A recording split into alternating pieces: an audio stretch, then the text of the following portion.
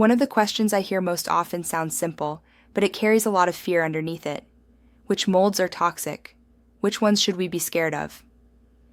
I used to ask that same question myself.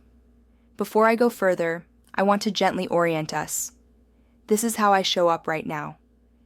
I use an AI version of myself so I can share lived experience, research, and what I learned through trial and error without overwhelming my nervous system.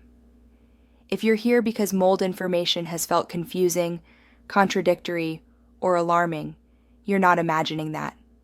Here's the part that surprised me when I started learning more. Most molds themselves aren't inherently toxic in the way we're often led to believe. That doesn't mean mold is harmless. It means the word toxic is often being used imprecisely. What actually causes the most problems for the body are mycotoxins. These are secondary compounds that some molds produce. They aren't visible, they aren't tied to one color or one name, and they don't behave like a simple surface issue.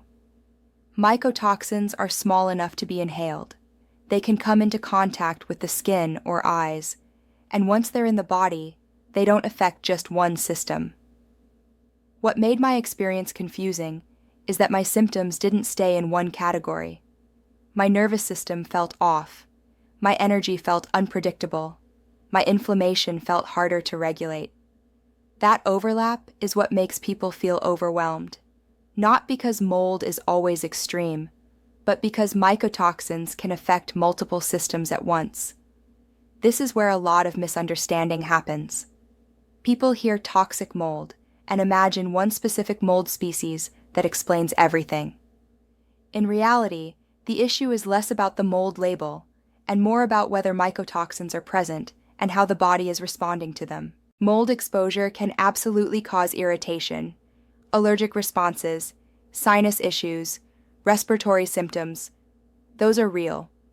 But the broader, more systemic reactions people talk about usually come from toxin exposure, not just spores alone. That distinction mattered for me because it reduced fear. I stopped thinking in extremes. I stopped believing that one mold meant immediate danger, and I started understanding why symptoms could feel widespread without there being one obvious villain. There was a quiet relief in realizing that the word toxic doesn't automatically mean catastrophic. It means the body is dealing with something subtle, cumulative, and often invisible. As we come toward the end of this reflection, I want to ground this in something steady. You don't need to memorize mold names. You don't need to panic over labels. And you don't need to assume the worst based on headlines. What matters most is understanding how the body responds and giving it time, consistency, and safety. If you want to read more lived reflections like this, where I unpack mold and mycotoxins without fear or urgency, I share them at indoorairinsights.com. It's simply a place where I put language to questions that once felt overwhelming.